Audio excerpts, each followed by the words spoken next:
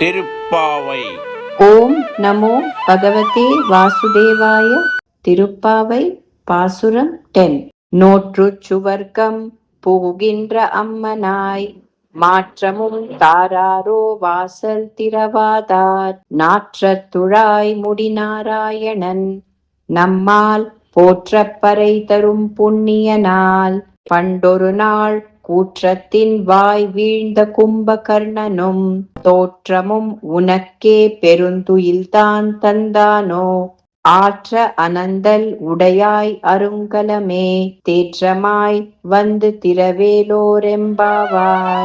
నోము నోచి శ్రీకృష్ణ సంశ్లేష సుఖానుభవమును పొందుచున్న ఓయమ్మ, తలుపును తెరువుము.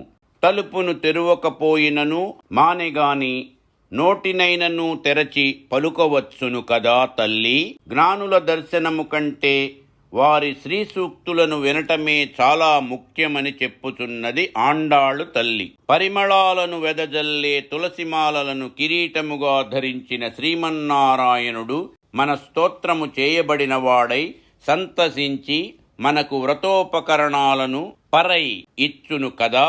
పూర్వమొకనాడు ధర్మస్వరూపుడైన పరమాత్మ రామావతారుడై అవతరించి కుంభకర్ణుని సంహరించాడు.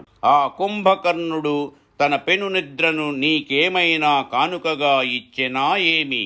ఓ పెద్ద నిద్ర కలదానా, లేచిరమ్ము, నీవు మాకు శిరోభూషణమైన దానివి కదా.